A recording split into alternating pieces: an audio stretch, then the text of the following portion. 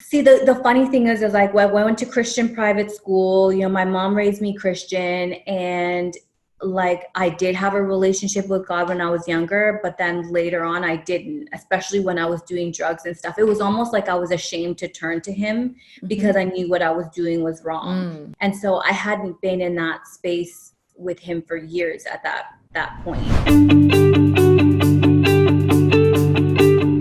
Hello everyone, and welcome to the Against All Odds series, where my guests share their inspiring and heartwarming stories of how they overcame challenges and despite the odds, they succeeded to the other side. Today my guest is Marcia Miatke, who struggled against numerous challenges, including poverty, losing her family, and drug addiction. She is now a leadership and emotional intelligence consultant, executive coach, international best-selling author, and host of the Hustler's Guide to Flow podcast. Listen on as she shares how she changed her life around and are helping others to become more resilient and experience love, success, and fulfillment.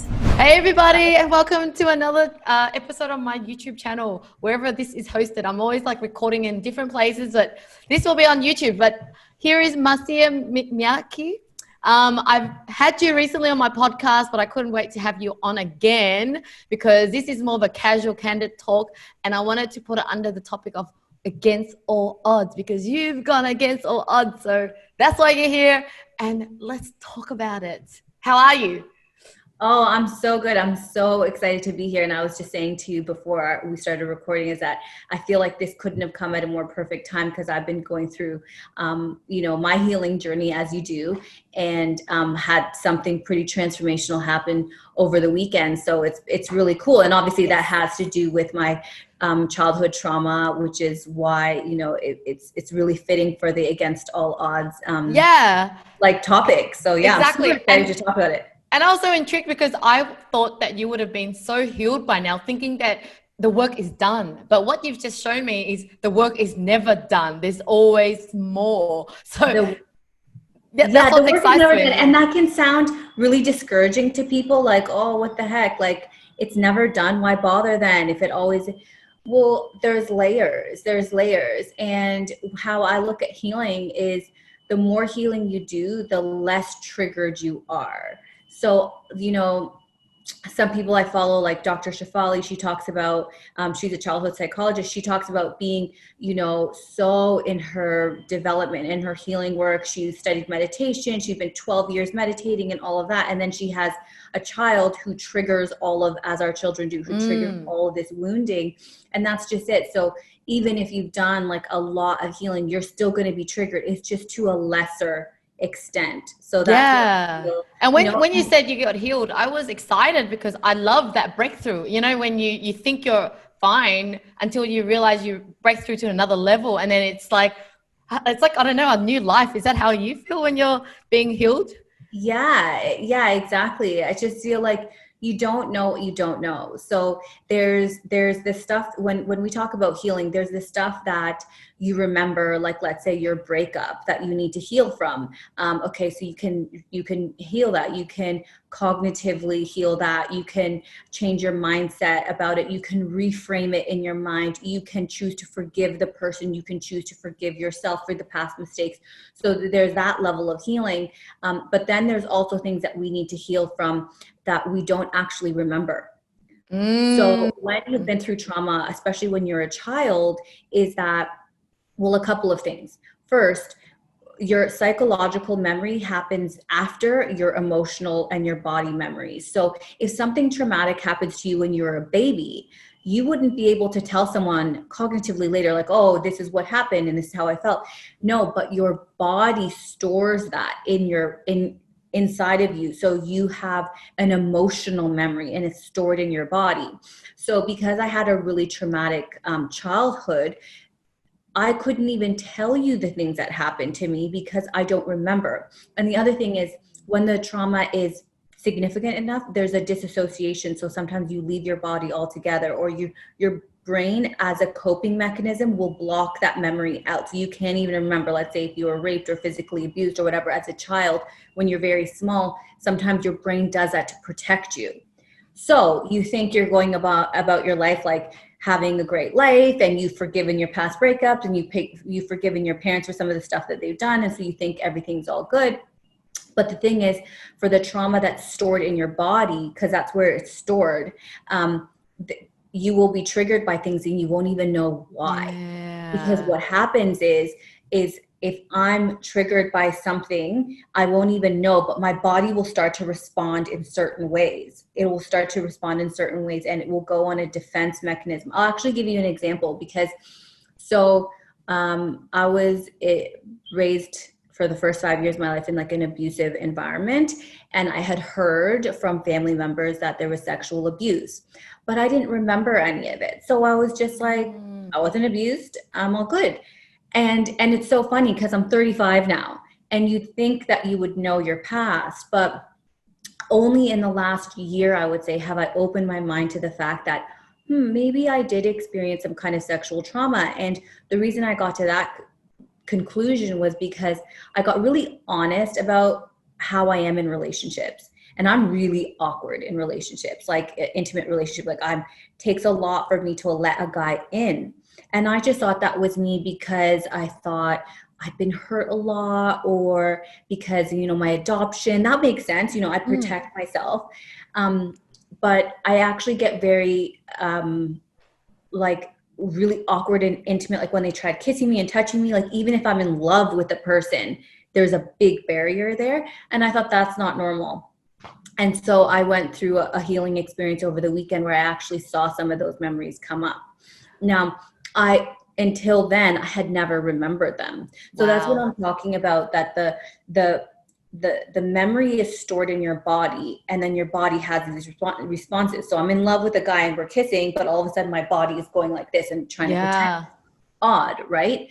So things like that. So I had healed a lot of my trauma on an emotional level, on a psychological level, on a forgiveness level, on an acceptance level, on a mindset level, on a level of accepting that everything was meant to happen for a reason. It was all written, God had a plan for me, all of those things. But if you haven't healed it from your body, which for me was the last step, then you're still going to be triggered in ways, and you're going to respond to things with your physical body that is not really going to make sense to you. You're going to be like, oh, I'm just weird in this situation. But are you weird, or is that a trauma response to something you may not even remember? Yeah. Wow. That just shows how much self-aware you are. But let's go back to, like, since this is against all odds, I really want to take you back.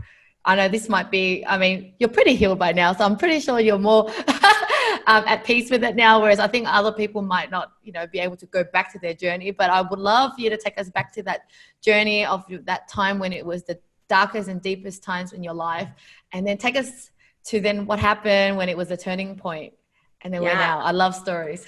Yeah, I would love to. Okay, so I was born in the mountains of Peru, in Pampas, Peru. And I was born into poverty, where we didn't have food. We didn't have water. We had to walk to go get clean water up a mountain. We had no refrigeration, no heat, no electricity. It was not great. And my father was an alcoholic, and he was abusive. My mom, I think I was the fifth of ultimately seven. So you couldn't get water, but your dad could get alcohol. Yes. That is really interesting. Yes. Okay. Yes. And isn't it though? It's so crazy, because I actually went back to Peru in 2013, and the standard of living hadn't improved. But yes, you could get junk food and you could get alcohol, like no problem, which is quite sad. But yeah, so it was a really toxic environment, and I don't remember really much of it. So then when I was 5 and my sister was 7, we were adopted, and we moved to Canada, and we were adopted by an Aussie woman, and she was just absolutely beautiful and did her best to give us the most beautiful life in Canada. And, we were really blessed by many accounts. We went to private school, we did the extracurricular activities. My mother was very loving. She worked really hard. She was an RN, worked a lot. And I just thought, wow, what an amazing opportunity that I got to leave a poverty-stricken country and live in one of the most beautiful countries in the world. So I really had not addressed any of the stuff that had happened to me. And it really didn't manifest until I was probably a teenager, where I never felt like I fit in. Never. I looked Hispanic, or a lot of people think I look Asian, but that's just like that's how my people look in my country. In the mountains is what we look like. So I looked a certain way, but I had no affinity to the culture, as in I couldn't speak Spanish anymore. I stopped speaking Spanish. My first language was Quechua, which is the native language in Peru. And I just never fit in. So then I tried to, with like the white crowd, right? And I tried to, because that's who I wanted to hang out with. Mm-hmm. And then I tried to fit in with the Hispanic crowd, but then they made fun of me because I couldn't speak Spanish. I didn't know how to dance salsa. Like I wasn't that real Latina, and I had a lot of the mannerisms and the language and all of that like frozen, whatever the word is, raised. Yep, raised. I'll get there, raised by an Aussie woman, right? So there's these like clashes, and I turned to drinking and drugs and guys, and I was always looking for like that external validation because I didn't have that intrinsic value of myself. And how was your relationship with your mum during that time? I mean, with my real mum, to me it was a kind of disaster. It was such a clash. I was curious to know what it's like with an a stepmom, or what do you call it? Since you're adopted child, yeah. Adopted mother, yeah. Yeah, so it was really crazy because I swear I have like selective memory, but it was hard. We did have a strained relationship. She was so loving and she was so present, but she sometimes did affirm my greatest fears, and that I was difficult to love, that I wasn't lovable, that I was challenging. Like she would say to me, I don't think we're ever going to get along, things like that, because I was difficult. I would say no, and I did stand my ground, and my sister wasn't like that. So I was the rebellious one. My sister was very conforming. She always was so respectful to my mom, where I would tell my mom to shut up and go away and don't talk to me and all these things. And my sister was just not like that. And so my mom like would be verbal about me being difficult on her, and if challenging. And then when I really started getting into the drugs and alcohol, I just kind of didn't pay attention to her. She was kind of like a issue. Like I didn't really care. And I think it wasn't until 2007 when my mom had already moved back here. My sister had moved back here too, and she was going to university. And there I was in Toronto, just like partying and just being so disrespectful and so dishonoring who I am at my core. I had just been, just lowered who I was on so many levels. And at the time I was living with a heroin addict and some random guy that I rarely saw in the apartment, but I was living with her. She couldn't even get out of bed without having a hit of heroin. And sometimes when she didn't have that, I always had Coke on me, so I'd give her that.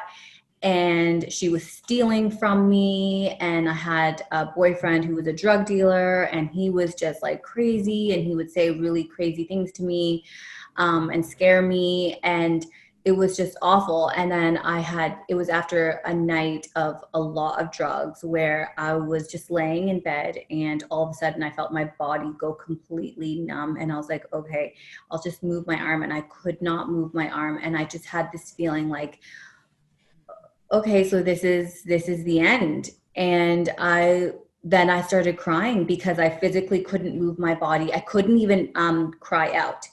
Wow. And I was laying there. Yeah. And I was like, okay, so this is it. And then I just like started bawling because I was like, how did I let this happen?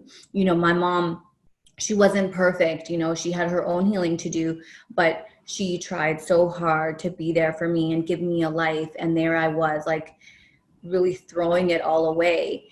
And I prayed to God that day. And I said, that night. And I said, dear God, please give me another chance. If you give me one last chance, I will change my life. I will never do this again. And it literally was like that. And were then you already religious before at all? Did you ever turn to God, or was that the only time you turned to God?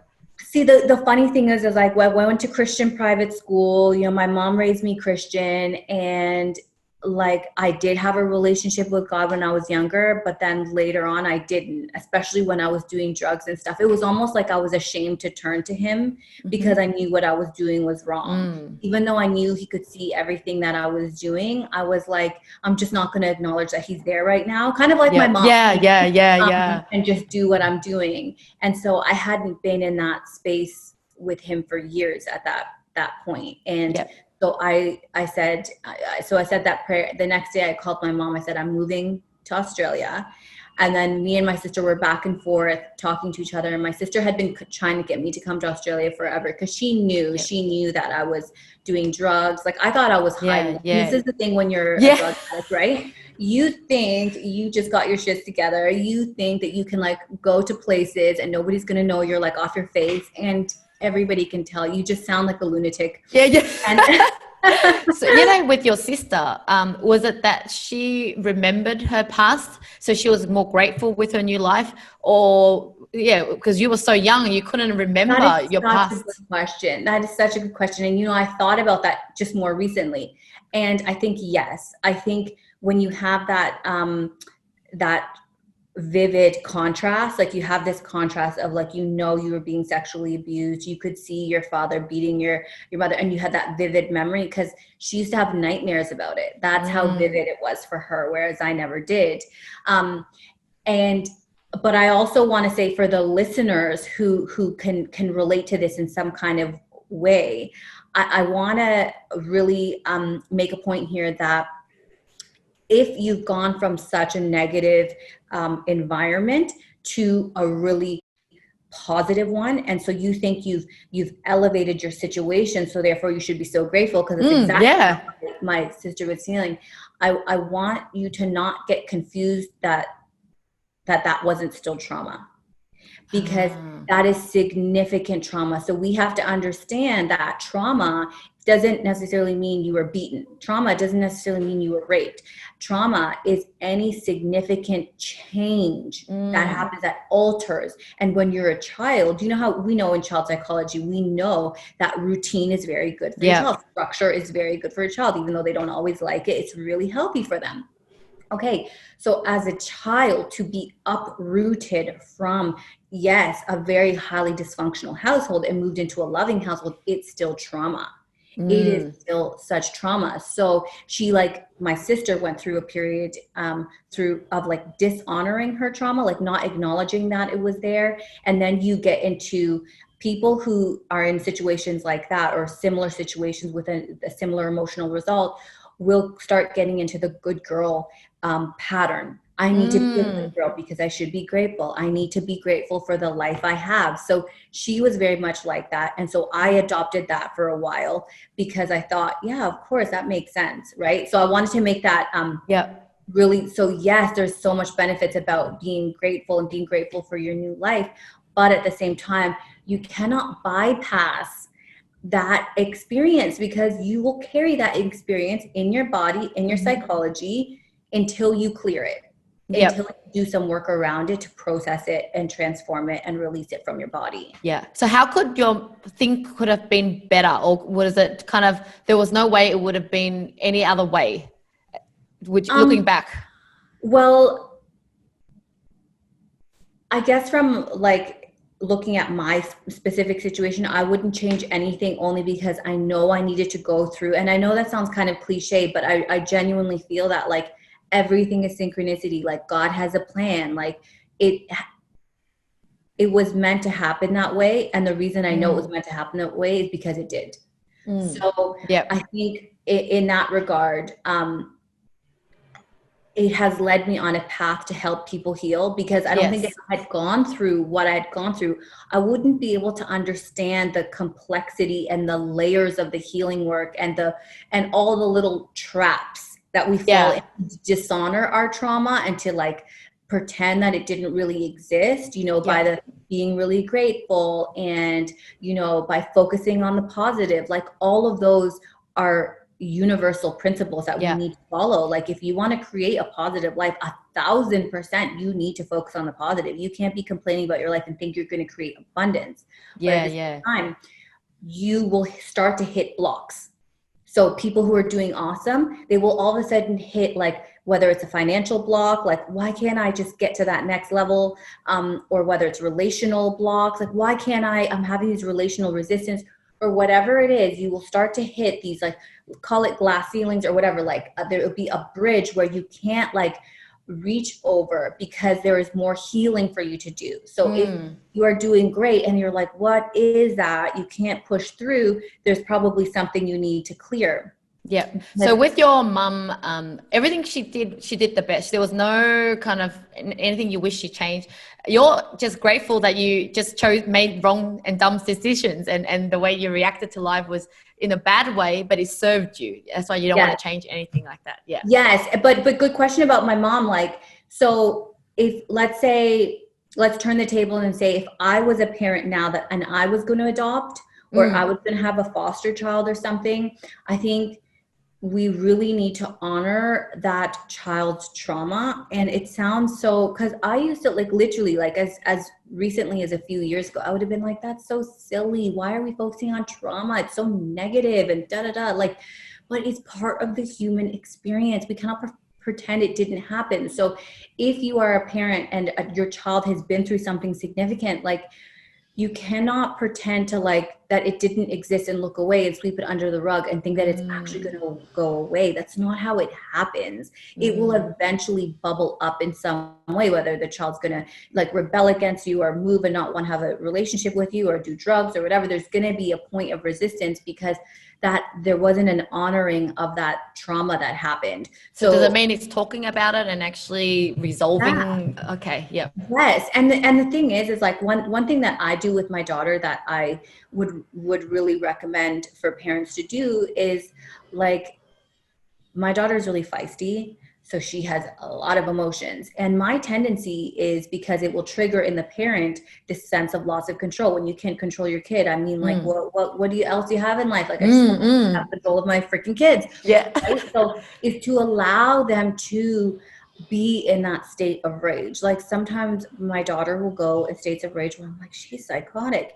But I realize it's like, she needs to get comfortable at expressing these really difficult emotions, because if I don't allow her to express them at a young age, she will continue to run from them as an adult. She won't know how to process them. So let her be clumsy and awkward and screamy and yelly now, so that she knows, okay, this is just part of life. These uncomfortable emotions are just part of life. Let me learn how to work with them. Let me learn how to release them, so that when she's older, she's not going to be so afraid of these emotions, and she can move through quicker and with a lot more elegance and a lot more grace and a lot less throwing things, you know? Yeah. Got your point. And so, take us, I know I broke your story up, but now that you got to Australia, or you plan to go to Australia and you are in Australia, then what happened? So then my sister, that was the other thing, right? So when I was talking to a minute ago about, like, hitting those ceilings, so I heard something recently that really resonated with me. I'm like, yes, it was said in such a way that I'm like, this is exactly what I believe. And it's like, you will never out-earn your inner child. You will never out-achieve your inner child. So let's say we have these great ambitions, like I do, and I know you do too. That's one of the things we have, like, in common. So, and then if there's something you feel like, why am I not just pushing through that next layer? Like, what is that? Like, I'm doing all the stuff. Like, what is it? So that's an indication of that you need to just do a level of processing. Healing doesn't have to be complicated. It can be like just allowing your inner child to express himself. Like, what were those key frustrations? I'm willing to release those, that type of thing. So anyway, when I moved to Australia, like, my sister was like, you need to go to university. I was terrified. I was like, I'm not cut out for university. I thought I was too stupid. I thought I was too behind. I was too old. Like, I had every reason to not do it. And my sister literally forced me. Like, I am so grateful for her, because she really helped me transition from being like a freaking drug addict, partying all the time, cokehead, to landing in a university like class. So how And did she force you? Was it just like she always? literally was like, sent me the paper. She's like, I'll fill out your application. She's like, you need to Okay. do this. She told me exactly what I had to do. She's like, you need to do this test. Cause I was like, I was a mature age student. And then I was just like, oh, she's doing all this. I might as well just freaking go with the flow. Right. So I get into, university program to study fashion because I've always really been into that. And then it just wasn't for me. I did like a year of that. I'm like, I'm not feeling this. And then I switched to a business degree. I'm like, yep, really sunk my teeth into that. And while I was going to university, I had no friends. How old are you at this stage? I was 22. So I was always an old soul. So even though I was 22, I was more like a 30-something-year-old. I had experienced so much. I was not young, right? Yep. So on top of it, the people in my class were like 18, 19 years old. So I was like, I can't relate to these people. So I would go home and I would just read. And I would research. And so not only did I taught my class and all that kind of stuff, but then I was like so involved in the personal development field because I was going to conferences. I would fly all over the country to go to different things because I knew that I was on the right path. So I literally just like immersed myself in that. So that uni degree just triggered your new journey of learning and studying. And we know that once you learn is when you started to change and yeah, whole new thing opened. And then I started stepping into leadership roles in the university and things just started to flow. But it was just because I had allowed myself to feel like I was worthy of it. And the more I didn't allow myself to think about like, am I worthy? Am I not worthy of this? I would just be in the present moment and get into what the work that I was doing. And so that's what I did. Like, and then I went on to do my honors, and then I went on and got a job at a university doing strategy and planning. And then I had a series of promotions there, and I was doing really well in my career there. And then I got a scholarship to do my PhD. So that's how smart girl. That's how it just evolved. And it was because, you know what, like the one thing is because I was on that path to dedicating myself to my dreams. Like I didn't party. None of that because I got all that. You did already. Yeah. You know, like I had no desire to do any of that. I was like, oh, I can't be bothered.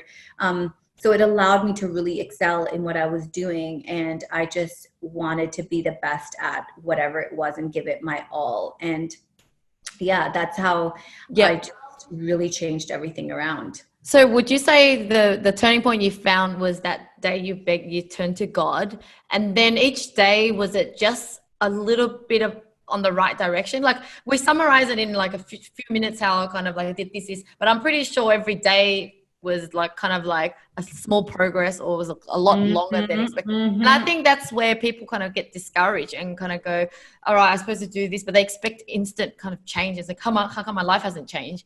But it's a long process, right? Yeah, no. And thank you for bringing that up because that actually reminds me of something. So after I got into university and I was accepted into the fashion was like easy, right? It was kind of like creative and I was like, this is really easy, but I just felt like it just wasn't what I needed to do. So then I got into the business program, and you have to understand that in high school, I barely attended. Like I shouldn't have graduated based on the hours. So my principal at the school that I was at called me in. They said, look, it was like a couple of weeks from graduation. And they said, you technically don't have enough hours to graduate. You actually are short a unit because you failed too many classes.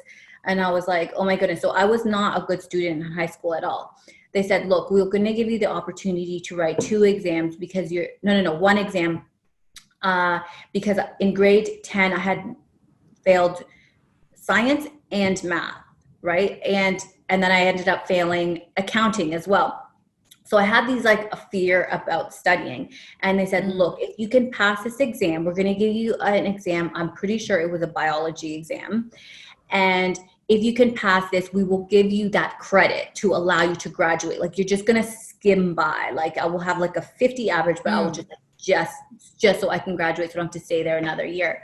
And I was like so grateful for the opportunity. I ended up going in, I got like a 70 on the exam. So they're like, you're good. You're going to be able to graduate. So when I got into my business program, I realized economics and accounting were mandatory. And one of the things as I walked into my class, the lecture, they said is, you know, a quarter of you guys will fail this unit. And I was like, that's going to be me. Like, Wow. So you had a lot of negative talk back then. Yeah. I'm like, that's 1,000. Like, this is not going to, like, I can't do this. And then in accounting, because I was terrified of it, like, and in accounting in high school, I thought it was a joke. Like, I remember the teacher would ask me something, and almost to mock him, I would always say the same thing because I was such a rebel. Like, I didn't care. He was like, you know, that's not the answer. And I'm like, it was always check copy. So I'd say it almost to piss him off. And I was just like crazy. So then when I was in accounting, and then I was trying, you know, and then my midterm, I failed it. And I'm like, okay, so I'm going to fail. I had another assignment and I had the exam, which were both more than the midterm. And I was like, I started having an anxiety attack. So I went home and I was bawling my eyes out, and I was saying to my sister and my mom, like, I'm so scared. They keep saying how everybody's going to fail. Like, I'm going to fail this unit, da, da, da, da. And I was like losing, I was having an anxiety attack. And I remember like vividly sitting on my bed, and my mom and my sister there are holding me and hugging me. They're like, it's okay. And they're like, we know you're so scared. We know this is a lot of work. We know this is a huge change for you. You don't have any of your friends here. And that's what I was saying to him. Like, I miss my friends. Like, I feel so alone here. Like, I'm lonely. And they were like, it's okay. It's okay. And they're like, look, we understand if you want to go back. They're like, wow. we understand. This is really, really hard. And something snapped in me. And I was just like, I was so upset that they didn't believe in me. I was like, you guys think I'm going to fail. I didn't say it out loud. This is what I was thinking in my head. I'm like, you guys think, and I'm like, and you're going to let me quit. Yeah. How are you guys going to let me quit? And it was almost like just what I needed. And I was like, I'm like, it's okay. It's okay. Like, I'll figure it out. And I ended up like crushing the assignment, and I got like a 70 on the exam. So I end up passing the unit. But I remember that, and I was like, you know what, if I can make it through this of feeling so low and feeling like there wasn't a positive way out for me, then I can do anything. And so what I would say to people on the journey of recovery and on the journey of improving their lives, that there is going to be moments where you're going to regress to that really negative self-talk. And it's not going to be like smooth sailing. It wasn't like I made this decision and then I never had any like bumps in the road. I made that commitment of not doing drugs again. And I held to that. To that. But it was still going to be a big journey in regards to my self-worth and all of that, because all those little woundings, you know, as we grow up, we don't think about those woundings of whether you were left out or whether you were bullied or whether your mom said you weren't good enough or whether your dad ignored you all the time. You don't think of these little minor woundings as anything significant, but you don't know on a cognitive level the impact that it has had on you. Yeah. And so like I had a lot of things in common with you, because things like, you know, growing up rebellious and partying, drugs and all that. And then now, you know, we're all, you know, we're both entrepreneurs running our own businesses. We got married, we have kids, and and our motto is we can have it all. Like we now from having nothing to having it all.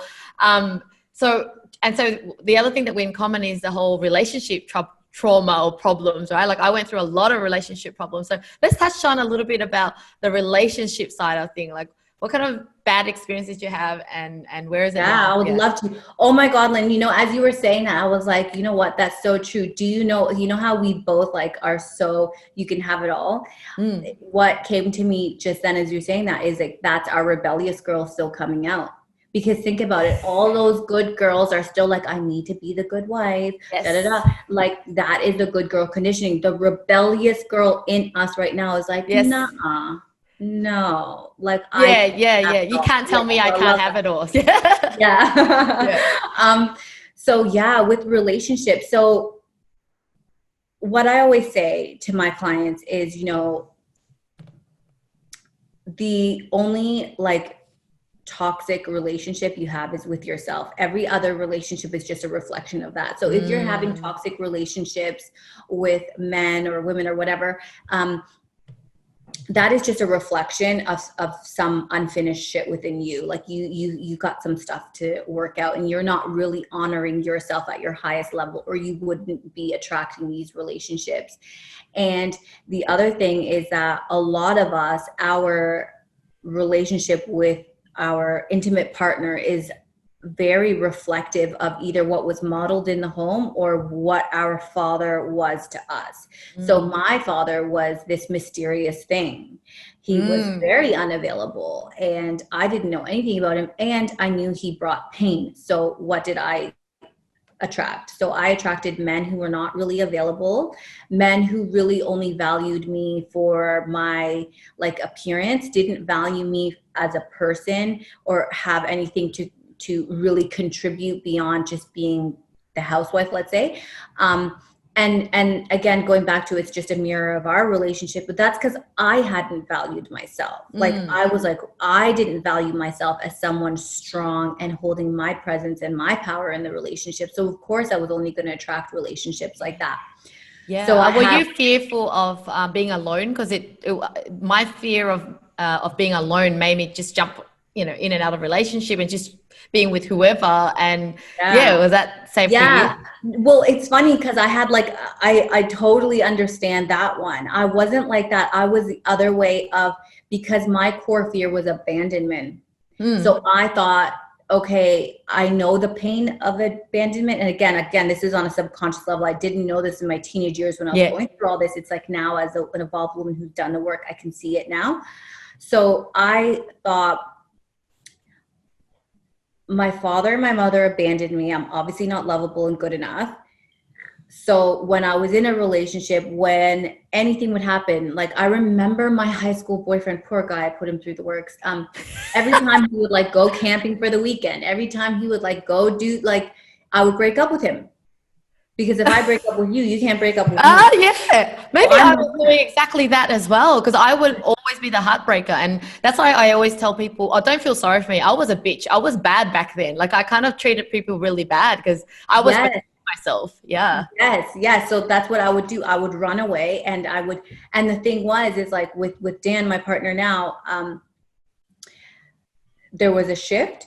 But it was also, I could see my tendencies coming up of wanting to run away. Like I would try to be like, oh, this isn't working or whatever.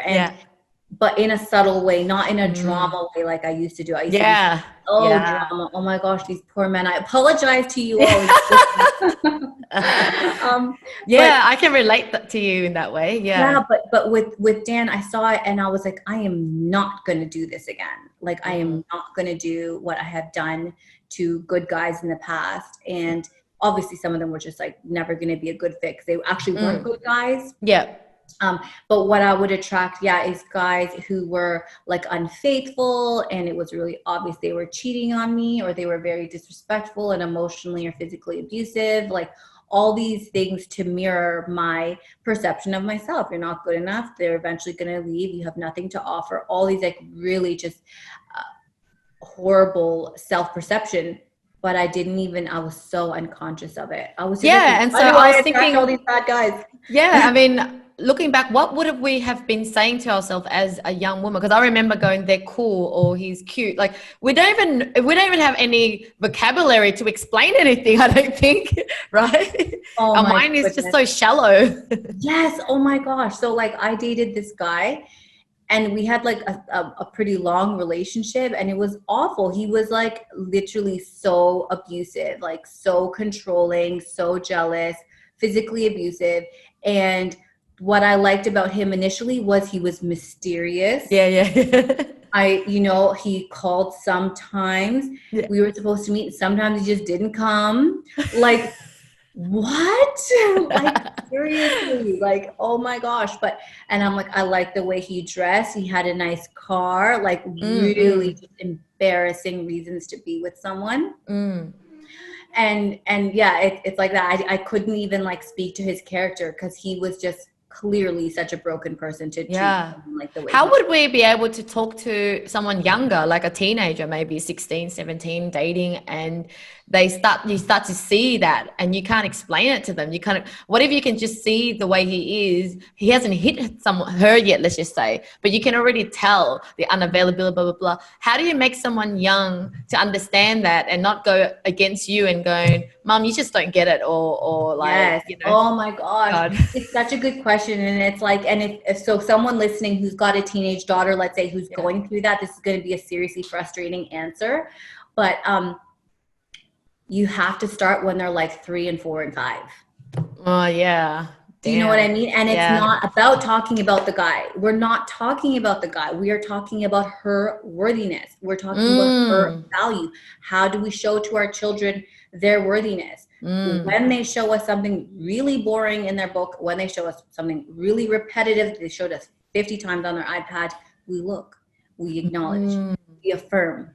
When they lash out and they are so unlovable and you just want to punch them in the face, you give them love. You give them love. Every time they test you to it's almost like children unconsciously like test you to see, like, you told me you love me, let me see if you really do. And they'll throw it on the floor, see your response. They'll throw it on the floor, see your response. And if you can show them love consistently enough, that communicates their intrinsic worthiness. A lot of us feel unworthy because our parents didn't give us the attention. They didn't make us a priority. They didn't positively affirm us. They weren't interested in the stuff that we were interested in. They didn't acknowledge us and see us for who we truly were. So how can we go and get a man to love us for who we truly are when our parents did? Because you made a good point, because your parents, you know, they were bad in a sense, you know, abusive and all that. My parents weren't that way, but they said a lot of negative things, like, you're so stupid, you're so this, you're so that. And although it's just words, they could still hurt you just the same way. And once you lose your self-worth, you could still go to the wrong path, if you know what I mean. You don't need to be sexually abusive. Yeah, exactly. And Lynn, like, you're talking about your parents saying things that were not really kind. Well, that was from when you can remember, right? So there was like, maybe like from when you were 3, maybe 5, maybe 7, 8, like until you were older. But then there's also the subliminal messages they gave you that possibly you weren't worthy. Now, this isn't just your parents. This is almost all parents across the board. But we subliminally, and thankfully, like, we're awakening as parents, and so we're doing a better job, and we're trying to do a better job. But like our generation of parents, they didn't know anything about what it means to be a conscious mom. They didn't know that, like, how much our brains are developing at like infancy, and how much babies crave connection, how it's so important to their neurochemistry, but also to their self of being and who they are in this world. They didn't know, bless them. They had no idea. So they would have done a lot of things when you were a baby and a toddler, when you were very receptive and really observing what was going on about signals about your worthiness. And they would have done stuff to completely violate that. So you would have had this warped perception of self because they just didn't know any better.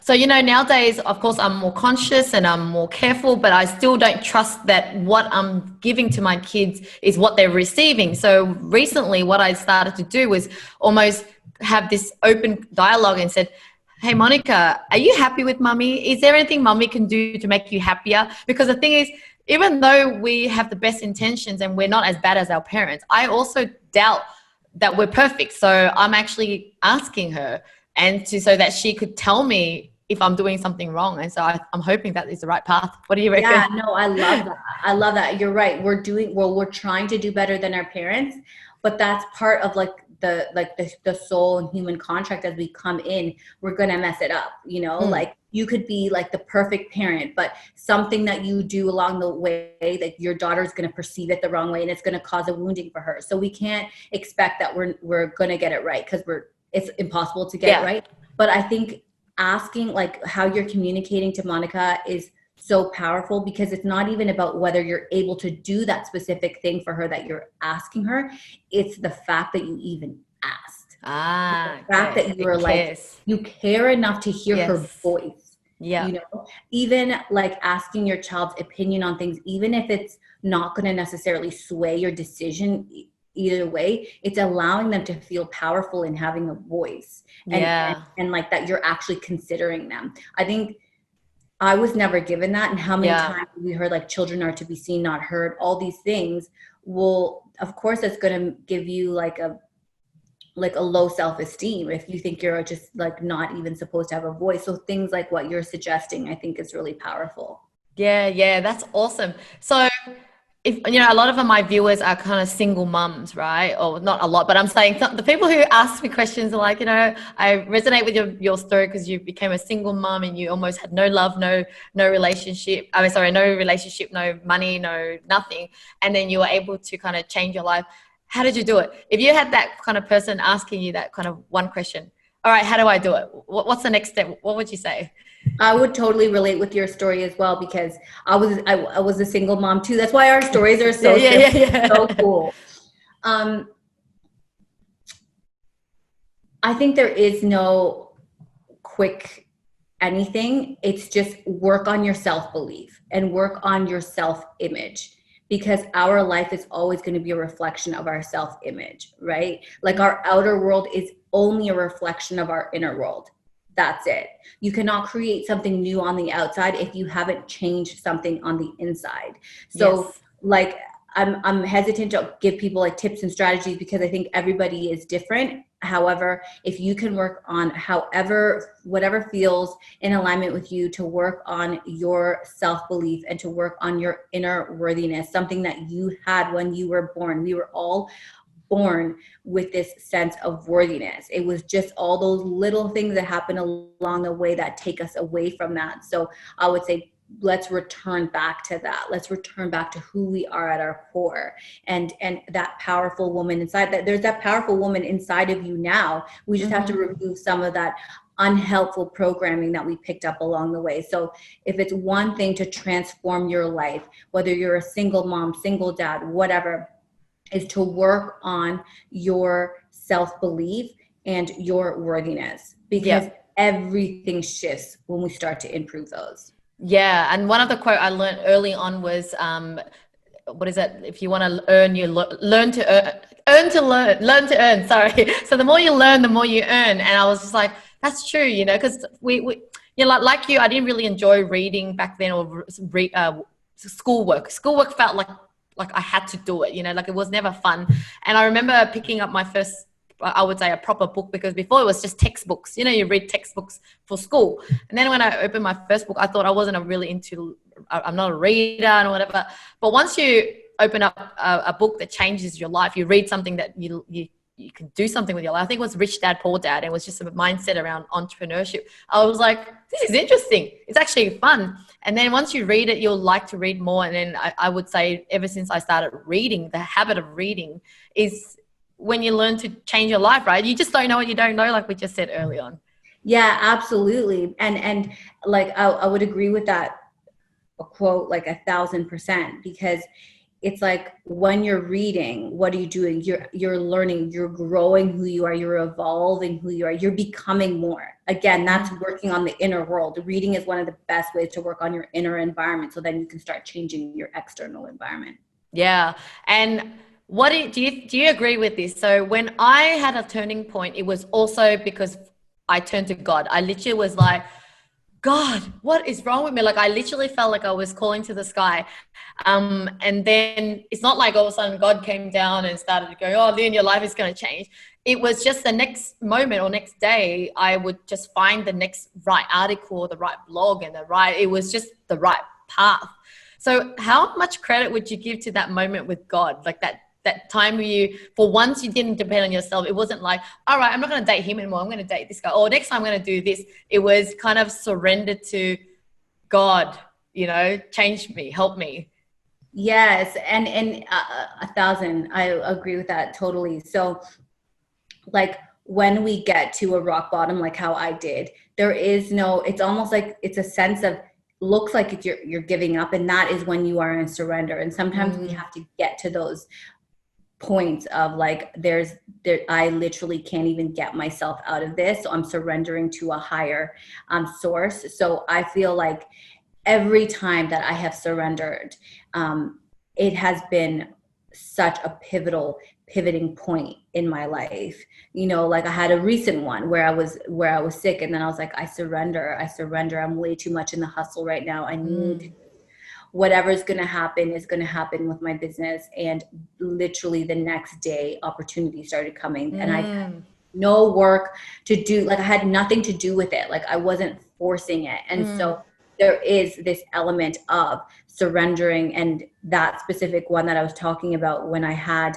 that dark soul of the night where I prayed to God that if he gave me another chance, I would change my life. There was such a deep surrendering. Well, because I thought I was going to die. Like I had to let everything go. And in that letting go, you open yourself up to a higher power. You open yourself up to miracles and allowing to come into your life and do something magical. And then it's like, as you were saying, I love that. What you were saying was that it's not like, okay, and then I'm just going to do this and that. It's like you trust that in the next best step, that you don't have to see the whole thing, but the next best step is going to come to you, and trust that intuition. Do not overanalyze. Like if something pops into on your desk, like that, there was there for a reason. Like look into that and follow that intuition because you're being guided. Yeah. And if someone's watching this, please don't tell yourself, oh, but you can do that, I can't, and whatever, because we were all there. We were all felt hopeless and helpless once. And, you know, no one kind of believes us now probably because it's so different to where we were. But we can vouch that I was clueless. I was desperate. And I also said, oh, it won't happen to me or whatever, right? But it can happen. And so what's your last message to everyone? Oh, love that. Oh, girl, I feel like we like vibe level. Love that. And I would say, don't put a level of greatness on us. Like all of a sudden, like we are different from you. We are not. There is nothing in anybody else. If you can recognize something in us that you're like, wow, they're so passionate. Wow, they're so excited. They're so committed. If you can recognize it in someone else, it is within you. Remember, the external world is only a reflection of you. So if you can see it in someone else, it also exists within you. So roll with that. Just believe in your potential. There is nothing that anybody has, even the biggest people in the world in your industry right now, whatever industry that is, even those people, whatever that spark of greatness that you think that they have that you don't have, it's not true. You have it within you too. Yeah. And besides, they can work with you. I mean, if they're looking to change their life and they just want to be surrounded with more similar people in the, you know, going on the same journey or getting help by you, they come to you anyway, right? I can't help there. I can only help with virtual assistance. But please come and talk to Marcia. She can definitely help you in her community. So thank you so much. Yeah. Thank you so much, honey. It was amazing. Yeah, thanks. Bye.